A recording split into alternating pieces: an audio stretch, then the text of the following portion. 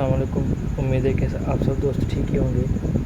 जैसे कि आपको पता है, मैंने मोस्ट इम्पॉर्टेंट बोटनी क्वेश्चंस के हवाले से एक सीरीज़ शुरू की हुई है, जिसमें जो आज जो है वो मैं लेक्चर नंबर 22 जो है वो रिकॉर्ड कर रहा हूँ। ठीक है, सबसे पहले आज का जो हमारे पास यानी कि पहला टॉपिक है वो है हमारे पास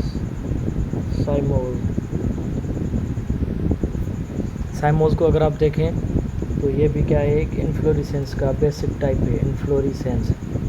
तो इन्फ्लोरेसेंस को हम जो है वो कल डिस्कस करके आए हैं, यानी कि arrangement of flowers on the floral axis is called as inflorescence. अच्छा, कभी कभार इनके बारे में पूछा जाता है। ये जो है वो ट्रोल जो साइंटिस्ट था, जिसने 1964 में सबसे पहले यानी कि इस टर्मिनोलॉजी के बारे में बताया कि भाई कि इन्फ्लोरेसेंस भी होती है। तो कहने का मकसद ये है, हमारे पास आज हम जो पढ़ रहे हैं वो है हमारे पास साइमोज। अब साइमोज में क्या होता है, जो इनकी मेन एक्सेस होती हैं, main axes ends with terminal flowers, यानी कि ये जो होगी वो मेन जो एक्सेस होगी, उनके टर्मिनल पे एक फ्लावर होगा और वहीं पे वो क्या हो जाएगी, ख़त्म हो जाएंगी, आगे कंटिन्यू नहीं करेंगी। तो इसकी वजह से हम इसको क्या कहते हैं, डिटर्मिनेट एक्सेस, यानी कि वो मतलब एक जगह पे रुक जाती हैं, यानी कि आगे कंटिन्यू नहीं करती। ठीक है, तो इसकी वजह से हम इसको क्या कहते हैं, डेफिनेट एक्सेस। ठीक है ना, तो मतलब ये इनडेफिनेट नहीं है, जैसे कल हम पढ़ कर आए थे। ठीक है, तो ये क्या होती है, डिटर्मिनेटिव होती है। इनका जो मेन फ्लावर होता है वो यानी कि इनके एंड पे होता है, जैसे ये हो गया फ्लावर। ठीक है,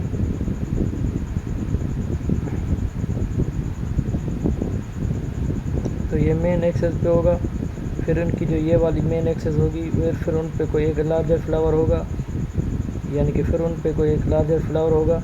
तो ये जो मेन एक्सेस होगी वो ख़त्म वहीं पे रुक जाएगी, बाकी जो इनकी साइड वाली होगी तो उन पे क्या होंगे, सिमिलर फ्लावर होंगे। हालांकि रेसिमोज में क्या था, उनके जो सिमिलर फ्लावर थे वो टर्मिनल एंड पे थे और लार्जर क्या थे, बेस पे थे। तो इसको हम क्या कहते हैं, यानी कि साइमोज, यानी कि जो टर्मिनल फ्लावर यानी कि लार्जर फ्लावर एट टॉप, ठीक है, लार्जर फ्लावर, और ये क्या होंगे, सिमिलर फ्लावर या यंगर फ्लावर। ठीक है ना, सिमिलर फ्लावर।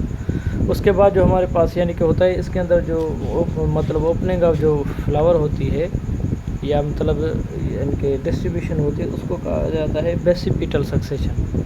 बेसिपिटल, कल हमने पढ़ा था एक्रोपिटल सक्सेशन, तो इसको कहा जाता है बेसिपिटल सक्सेशन। ठीक है बाबा, बेसिपिटल सक्सेशन।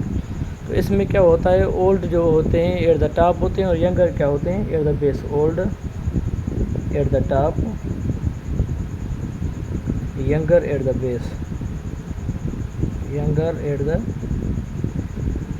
बेस। जो यानी कि यंगर होते हैं वो बेस पे होते हैं और ओल्डर जो होते हैं टॉप पे होते हैं, तो उसको क्या कहा जाता है, यानी कि बेसिपिटल सक्सेशन। और ये भी क्या होती है, यूजुअली कभी कभार क्या होती है, यूजुअली ब्रांच, ये भी कभी कभार क्या होती है, ब्रांच होती है, इनके अंदर ब्रांचेस वगैरह यानी कि होती हैं। ठीक है, और इनके अंदर जो ओपनिंग होती है उसको कहा जाता है सेंट्रीफ्यूगल। कल वाली थी सेंट्रीफ्यूगल ओपनिंग फ्लावर्स। ठीक है बाबा, जो अब इसको अगर आप देखें तो ये सेंट्रीफ्यूगल क्या होती है, कल हमने बनाई थी एक ऐसी एक शक्ल, यानी कि ये मेन, यानी कि तो कल जो हमने पढ़ा था वहाँ पे similar flower at the centre था और जो लार्जर थे वो साइड पे थे। इसमें क्या होता है, लार्जर यानी कि बीच में होता है, फिर थोड़ा यानी कि बीच में छोटे छोटे जो क्या होते हैं उनके मतलब टर्मिनल एंड पे, यानी कि इसकी जो दूसरी एंड होती है उस पे होते हैं। तो इनकी जो ओपनिंग ऑफ फ्लावर होती है अवे फ्रॉम द सेंटर होती है, अवे फ्रॉम द सेंटर, तो उसको क्या कहते हैं, सेंट्रीफ्यूगल। और कल जो हमने पढ़ा था वो था सेंट्रीपिटल, टूवर्ड्स द सेंटर होती है। तो इसके जो एग्जांपल हैं वो है हमारे पास, यानी कि एक तो है जैस्मिन, एक तो है हमारे पास यानी कि जैस्मिन, दूसरा जो है हमारे पास वो कैलोट्रापिस, यानी कि उसके अंदर क्या होता है, साइमोज होता है। ठीक है, उसके बाद यानी कि हमारे पास जो यानी कि टॉपिक है वो है मीज़ोगेमी।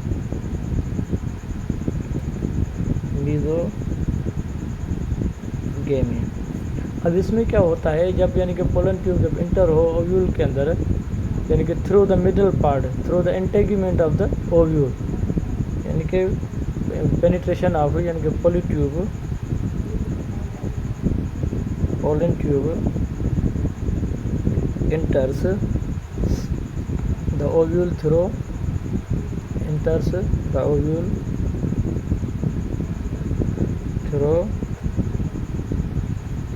मिडल पार्ट, यानी कि मिडल पार्ट के थ्रू, या जो इंटेग्यूमेंट होता है मिडल पार्ट या थ्रू द मिडल पार्ट, और इंटेग्यूमेंट कहा जाता है मेम्ब्रेन को, जो पर्दे होते हैं उसके बाहर। इंटेग्यूमेंट्स ऑफ द ओव्यूल, उसको हम क्या कहते हैं, मीजोगेमी।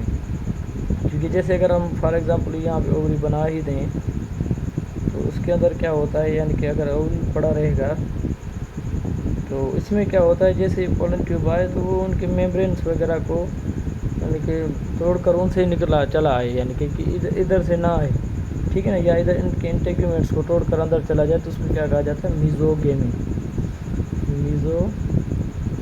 ठीक है ना। उसके बाद मीजोगेमी के बाद हमारे पास जो है वो है ये चेलेजोगेमी,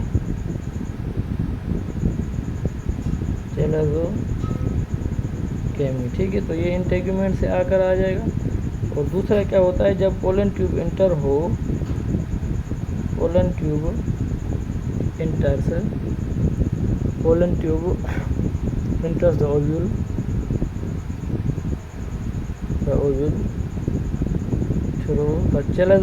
थ्रू द चेलेजल पार्ट, यानी कि या चेलेजा, थ्रू द चेलेजा। अब ये चेलेजा कहाँ पे होता है, तो जब हम इनर ट्रापिस ओव्यूल को पढ़ते हैं ना, तो फॉर एग्जांपल अगर ये हमारे पास यानी कि पोलर न्यूक्लिया है इधर, यानी कि 2 सिनेटर सेल्स हैं, ये एंटीपोलर सेल्स हैं, तो ये इधर फॉर एग्जांपल ये ऐसे हो गया, ठीक है। तो ये माइक्रोपाइल हो गया। तो ये वाला जो पार्ट होता है इसको कहा जाता है चेलेजा, ठीक है ना। तो इस जब यहाँ से पोलन ट्यूब इंटर होकर ओवरी की तरफ चला जाए तो उसको हम क्या कहते हैं, चेलेजर, यानी कि चेलेजोगेमी, ठीक है ना। तो इसके कहा जाता है चेलेजोगेमी। उसके बाद हमारे पास जो है चेलेजोगेमी के बाद वो है होमोलागस आर्गन्स। इन पे भी सवाल आते हैं, आप इनको थोड़ा सा समझ लें। एक होते हैं होमोलागस आर्गन्स, दूसरा होता है एनालागस, ठीक है ना। इन दोनों को आप समझें अच्छे तरीके से। तो इनकी क्या होगी, सिमिलर ओरिजिन होगी, सिमिलर ओरिजिन आर्गन्स की, यानी कि with similar origin and structure, यानी कि स्ट्रक्चर भी सेम होगी और ओरिजिन भी क्या होगी, सिमिलर होगी, पर डिफरेंट किस में होंगे, बट डिफर्स इन फंक्शन,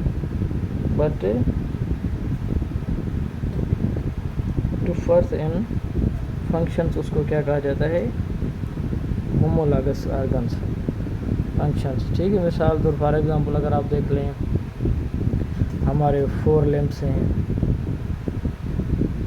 या उसके बाद अगर आप देखें 4 लिम्ब्स ऑफ वेल, बेड्स या चीता, बेड्स या जो चीता है वो, उसको हम क्या कहते हैं कि ये उनके भी 4 लिम्ब्स देखें, इनके भी देखें, तो क्या है, मतलब ओरिजिन भी उसकी सेम है, स्ट्रक्चर भी सेम है, पर फंक्शन क्या है, डिफरेंट है। ये फ्लोटिंग में काम करती है, ये उड़ने में काम करती है, और ये भागने दौड़ने में काम करती हैं, ठीक है। तो ठीक उसके अपोजिट जो है वो है हमारे पास क्या, एनालागस आर्गन्स। अब एनालागस में क्या होगा, एनालागस आर्गन्स, इसमें इनकी जो ओरिजिन होगी और स्ट्रक्चर जो होगा वो डिफरेंट होगा, डिफरेंट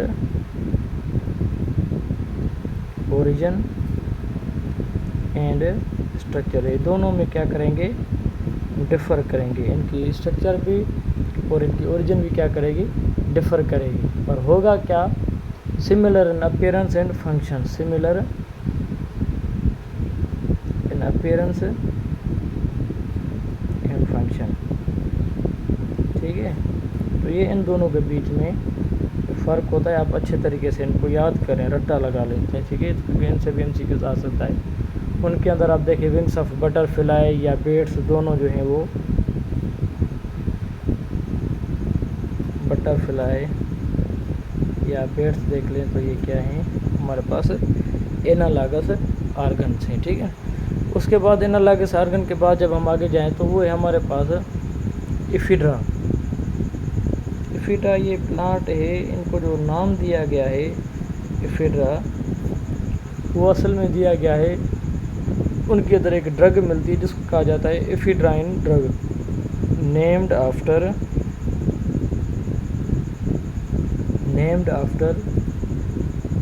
ड्रग ऑब्टेन्ड कॉल्ड इफिड्राइन।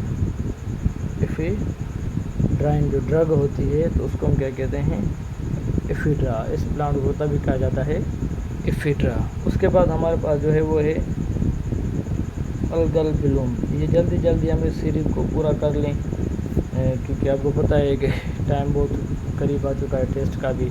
तो अल्गल ब्लूम क्या होती है, जब यानी कि जो प्लैंक्टोनिक प्लांट्स होते हैं ना, जो फ्री फ्लोटिंग होते हैं, प्लैंक्टोनिक प्लांट्स यानी कि जो फ्री फ्लोटिंग होते हैं सरफेस पे, फ्री फ्लोटिंग प्लैंक्टोनिक प्लांट्स की क्या जाती है जब एक्सेसिव ग्रोथ हो जाती है, एक्सेसिव ग्रोथ जब हो जाती है तो होता क्या है, वो अलगी जो होती है वो यानी कि ग्रीन कलरेशन पैदा करती है। अलगी that causes green coloration, it causes green coloration of water। वो पानी का जो कलर है वो चेंज कर देता है, उसको क्या कहा जाता है, कलर अल्गल ब्लूम। जब अलगी ज़्यादा ग्रो करती है उनके सरफेस पे तो उनको सारा कलर जो होता है उसका क्या कर देती है, ग्रीन कर देते हैं। उनके रिज़ल्ट में जो चीज़ होती है तो उसको क्या कहते हैं, अल्गल ब्लूम। ठीक है। उसके बाद हमारे पास है वो है बीजिंग प्रोटोकॉल। सबसे पहले आपको पता होना चाहिए बीजिंग क्या है, चाइना का कैपिटल है, उसकी आपको करेंसी भी याद होनी चाहिए जैसे येन है। उसके बाद जो है हमारे इसका जो प्रेसिडेंट है जी जिनपिंग, वो भी आपको पता होना चाहिए। ठीक है। या कब आज़ाद हुआ, या हमारे यहाँ कौन कौन से रिलेशनशिप हैं, या सीपेक के बारे में आपको पता होना चाहिए क्योंकि ये आप जनरल नॉलेज में भी आपसे ये सवाल पूछ सकते हैं। तो यहाँ हम पढ़ रहे हैं बीजिंग प्रोटोकॉल। बीजिंग प्रोटोकॉल में क्या हुआ, ये 1999 में इन्होंने एक मुआहदा किया to reduce emission of CFC, to reduce the emission of CFC, chlorofluorocarbon. ठीक है। CFC क्लोरोफ्लोरोकार्बन ये क्या है, ग्रीन हाउस गैस है। ये भी सवाल है, एक ग्रीन हाउस गैस है जिस पे अभी पाबंदी लगी हुई है। ठीक है ना। तो ये क्या है, उन्होंने किया कि भाई CFC को कम किया जाए और जो भी अदर ओजोन डिप्लीटिंग सब्सटेंसेस हैं, उनको आप क्या कर दें, कम कर दें। ठीक है। तो इसको क्या कहा जाता है, बीजिंग प्रोटोकॉल। तो इनके सारे ये मकसद थे कि भाई CFC को भी कम किया जाए, अदर ओजोन डिप्लीटिंग जो सब्सटेंस उनको भी क्या किया जाए, कम किया जाए। ठीक है। तो आज के लिए इतना ही काफ़ी है। इंशाल्लाह नेक्स्ट टाइम सुबह जो है हम वो नेक्स्ट लेक्चर के साथ आपके साथ हाज़िर होंगे। शुक्रिया।